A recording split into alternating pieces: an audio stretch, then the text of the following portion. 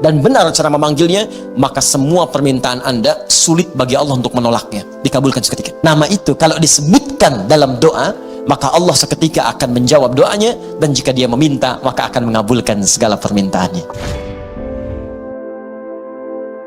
Nah sekarang, untuk menunjukkan itu semua, maka ada satu kaidah. Kalau kaidah ini benar, dan inilah dari kalimat Bismillahirrahmanirrahim akan muncul kemudian kalimat-kalimat lain sebagai tafsir dari kalimat ini, dan satu dengan yang lainnya akan saling menjelaskan. Indahnya nanti keterangan di Al-Fatihah dirinci di Al-Baqarah, terusannya ada di Ali Imran sampai dengan ke An-Nas. Indah luar biasa.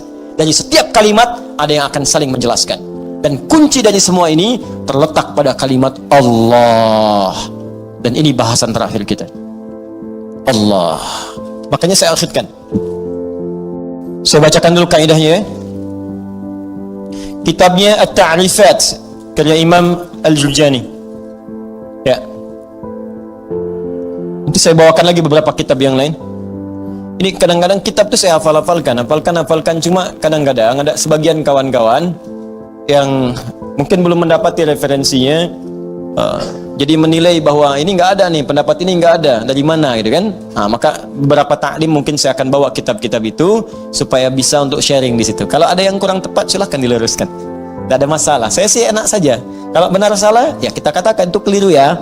Kalau misalnya salah sebut nama, ya saya salah sebut nama kemarin, harusnya ini, yang benar ini bukan ini, ya selesai. Dan tidak harus mempertahankan kesalahan, ya. Dan juga jangan cari-cari kesalahan, capek nanti, ya. Capek. Guru itu kalau mengajar pasti ada salahnya, pasti salah. Tapi yang paling salah adalah murid yang mencari-cari kesalahan guru. Jelas ya? Nah, bikin status dulu, catat dulu. Ya. Bismillahirrahmanirrahim. Al-Ismul A'zam. Al-Ismul A'zam, nama yang paling agung, tinggi. A'zam itu isim tafdil dari kata azuma. Azuma, a'zam. Azuma besar. Sigat mubalaghahnya azim, sangat besar. A'zam paling besar, paling agung. Jadi kalau ada yang agung, ini yang paling agung. Kalau ada yang bisa mengangkat, ini yang paling tinggi angkatannya. Kalau ada yang bisa memuliakan, ini yang paling bisa memuliakan pada tingkat yang paling dahsyat. Anda dimuliakan oleh ibu Anda, teman Anda, tetangga Anda, keluarga Anda, masyarakat Anda, maka ada yang lebih dahsyat dalam memuliakan Anda. Inilah dia nanti yang akan kita lihat. Jelas ya? Nah, mari kita lihat Al-Ismul A'zam. Huwal ismul jami' li jami'il asma'. Huwal ismul jami' li jami'il asma'. Al-Ismul A'zam ini adalah nama yang mencakup seluruh nama-nama kemuliaan, nama-nama kebaikan. Jadi kalau ada semua nama baik, puncaknya nama ini. Puncaknya nama yang ini. Ya. Apa nama yang dimaksudkan? Yuk kita lihat. Bila dikatakan nama Al-Ismul A'zam itu tidak ada yang lain. Wallah, yaitu Allah. Allah. Allah. Jadi nama Allah itu disebut dengan nama Al-Ismul A'zam. Ini sepakat orang Arab langsung nyebut A'zam. Nama yang paling tinggi, nama yang paling agung, nama yang paling dahsyat. Al-Ismul Jami' li Jawami' Sifatil Mahmudah li Jami'il Asma'. Nama terbaik, teragung yang mencakup semua nama kebaikan yang pernah ada. Makanya ketika Allah memperkenalkan nama ini, Allah menyebutkan bahwa nama Allah ini memiliki semua sifat-sifat nama-nama kebaikan, baik namanya ataupun sifatnya. Itu kita temukan di Quran surah ke-7 Al-A'raf ayat 180. Quran surah ke-7 ayat 180. Di halaman 174, posisi paling kiri, baris yang keempat, sebelah atas. Walillahil asma'ul husna fad'uuhu biha. Walillahil asma'ul husna. Walillah hanya milik Allah. Walillah hanya milik Allah Al-Asmaul Husna, semua nama-nama yang baik-baik. Di semua nama-nama baik itu terkumpul semua punya Allah. Makanya ketika disebutkan nama Allah itu mencakup semua nama-nama yang baiknya. Di Anda ketika menyebut nama Allah, Allah, ya Allah, Allahumma, ya Allah, itu sudah mencakup semua nama-nama yang terbaik yang melekat pada Allah Subhanahu wa taala dan sifatnya. Makanya kalau Anda mau memanggil kepada Allah, kata Allah, silakan sebut nama Allah secara singkat. Di mana ditemukannya? Boleh Quran surah ke-17 misalnya, ayat ke-110. Ya, Quran surah ke-17 ayat 110. Ya. Halaman 293. Posisi paling kanan di baris yang ke-6. Ulid Allah awid ar-Rahman ayyamma tad'u falahul asmaul husna. Ulid Allah, kalau Anda sedang punya masalah, sedang punya persoalan, sedang punya kebutuhan, kulid Allah, panggil Allah, sebut, minta. Kulid Allah, ya Allah, ya Allah, ya Allah, berdoa minta. Atau sebut Ar-Rahman, ya Allah ya Rahman, ya Allah ya Rahman. Atau kalau ingin spesifik, silahkan panggil nama-nama yang Allah miliki sesuai dengan kadar kebutuhan Anda. Semua namanya baik. Bisa, Anda butuh rizki, sebut namanya ya Razzaq.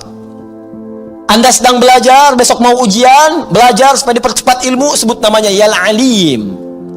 Anda sedang bekerja, ada yang usil, ada yang iseng, ada yang ingin mencelakai Anda, sebut namanya ya Jabbar, ya Malik. Sedang punya banyak masalah, sebut ya Sabar, Sabar, Sabar. Tapi kalau Anda ingin menyebut satu nama yang dengan itu semua masalah Anda tuntas, sebut Allah. Ya Allah, hamba bermunajat kepadamu. Ya Allah, hamba memohon kepadamu. Kalau Anda benar menyebutnya, benar memohonnya, maka demi Allah ada hadis yang langsung disampaikan oleh Nabi sallallahu alaihi wasallam. Langsung disebut oleh Nabi. Jika Anda memanggil Allah dengan namanya yang paling tinggi ini dan benar cara memanggilnya, maka semua permintaan Anda sulit bagi Allah untuk menolaknya, dikabulkan seketika. Saya bacakan kitabnya, ini halaman 31. Saya hafal ini. Ya, paling kiri di pertengahan. Kitabnya Al-Aqaidah Al-Islamiyah karya Syekh Sayyid Sabiq. Ini kitabnya. Ya. Bismillah. Ismullahil A'zam. Ya, ada yang bisa bahasa Arab mau bacakan? Baik, saya bacakan langsung ya. Ismullahil A'zam. Ya. Wa kama anna lillahi hadhil asma falahu ismun a'zam idza du'iya bihi ajaba wa idza su'ila bihi a'ta. Allahu akbar. Dan sebagaimana Anda ketahui bahwa Allah Subhanahu wa taala memiliki nama-nama yang sangat mulia, ya. Ar-Rahman, Ar-Rahim, Al-Malik, Al-Quddus, ya, dan seterusnya. Di balik nama itu ada nama yang paling tinggi. Dan kalau nama paling agung, paling tinggi itu Anda sebut dalam berdoa, idza du'iya bihi ajaba, maka Allah akan langsung mengabulkan. Wa idza su'ila bihi a'fa, dan jika Anda memohon kepada Allah, minta dengan nama itu, maka Allah akan memberikan apa yang Anda minta. Ya, mari kita lihat. Ja'a dzikruhu fima yali min ahadits. Kalau Anda tidak percaya, berikut ini saya tampilkan beberapa hadis-hadis, ya, yang mengabadikan kepada kita peristiwa-peristiwa dimaksud dari Nabi sallallahu alaihi wasallam. An Buraidah radhiyallahu taala anhu qala, hadis pertama dari Buraidah, ya, semoga Allah meridai kepada beliau, qala sami'an nabiyyu sallallahu alaihi wasallam rajulan yad'u. Satu kali Nabi sallallahu alaihi wasallam pernah mendengar seorang lelaki sedang berdoa. Nah, lelaki itu berdoa kedengaran oleh Nabi. Ya, apa doanya? Mari kita lihat. Wa huwa yaqulu, dan dia berkata, Allahumma inni as'aluka bi anni ushhidu annaka antallah la ilaha illa antas samad alladzi lam yalid wa lam yulad wa lam yakul lahu kufuwan ahad. Allahumma ighfirli. Saya baca ke kitab. Bi anni ushhidu annaka antallah la ilaha illa antal ahadus samad alladzi lam yalid wa lam yulad wa lam yakul lahu kufuwan ahad. Allahu akbar. Dia membaca pertama, usyhidu bi annaka antallah, ya Allah. Perhatikan nih. Saya bersaksi Engkau Allah. Engkau Allah. Engkau Tuhanku ya Allah. Engkau Tuhanku yang memerintahkan aku ya Allah untuk bermohon hanya kepadamu. Aku bersaksi Engkau satu-satunya Tuhan, tidak ada Tuhan yang lain. Aku bersaksi hanya memohon kepadamu, tidak ada syarikat untukmu. Allah disebutkan namanya. Maka apa yang terjadi? Perhatikan. Faqala walladhi nafsi biyadihi laqad sa'ala Allah bismihil a'zam alladhi idza du'iya bihi ajab wa idza su'ila bihi a'ta. Allahu akbar. Dalam riwayat orang ini berkata, ya Allah ampuni saya, Allahumma gfirli, ya Allah ampuni saya. Maka kata Nabi, perhatikan kalimatnya, kata Nabi, wallazi nafsi biyadi, saya bersumpah karena Allah, saya bersumpah dengan nama Allah yang menggenggam jiwaku. Di Nabi mempertaruhkan jiwanya, ya, mempertaruhkan dirinya dalam genggaman Allah untuk menyampaikan makna yang sangat dalam ini. Ini sumpah nih, wallazi nafsi biyadi itu sumpah. Ini sumpah tertinggi dari seorang hamba yang menunjukkan kemudian keesaan Allah Subhanahu wa taala. Nabi itu cukup berkata, kata-katanya benar karena sifatnya itu siddiqul amin. Ya, siddiqul amin.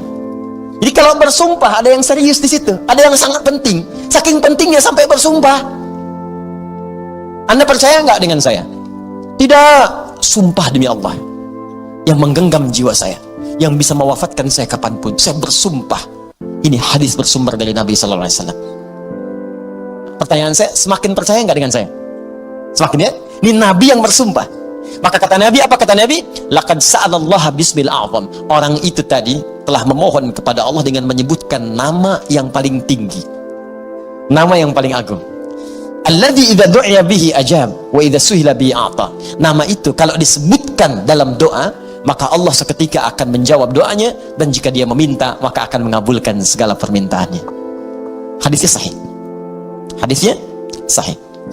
Rawahu Abu Dawud wa Tirmidzi wa Nasai wa Ibnu Majah wa qala al-Munziri qala Syekhuna Abu al-Hasan al-Maqdisi wa isnad la mat'ana fihi wa la alam annahu ruwiya fi hadha hadits ajwad minhu. Allahu akbar. Hadis ini diriwayatkan oleh para ahli hadis, Abu Dawud, At-Tirmidzi, An-Nasai, Ibnu Majah, bahkan al-Imam Al-Munziri mengatakan ini riwayat enggak ada celaknya.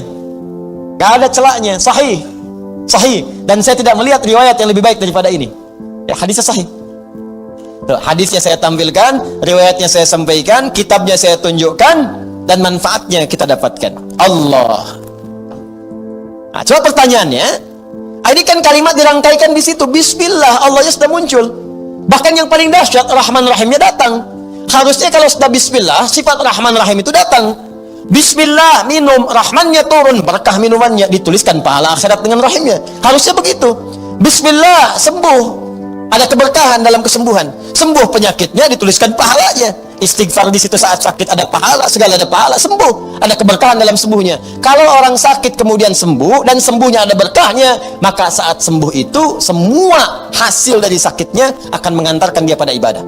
Dosa diampuni, begitu sembuh ibadah dia meningkat. Jadi kalau Anda pernah sakit, Anda istighfar, Anda berdoa, terus sembuh. Nah saat sembuh itu justru semakin jauh dari Allah. Itu artinya ada yang nggak berkah dalam doa itu. Ada yang nggak berkah dalam obat itu. Ada yang nggak berkah dari orang-orang yang datang menjenguk Anda itu. Ada yang nggak berkah. Kalau berkah itu makin rajin.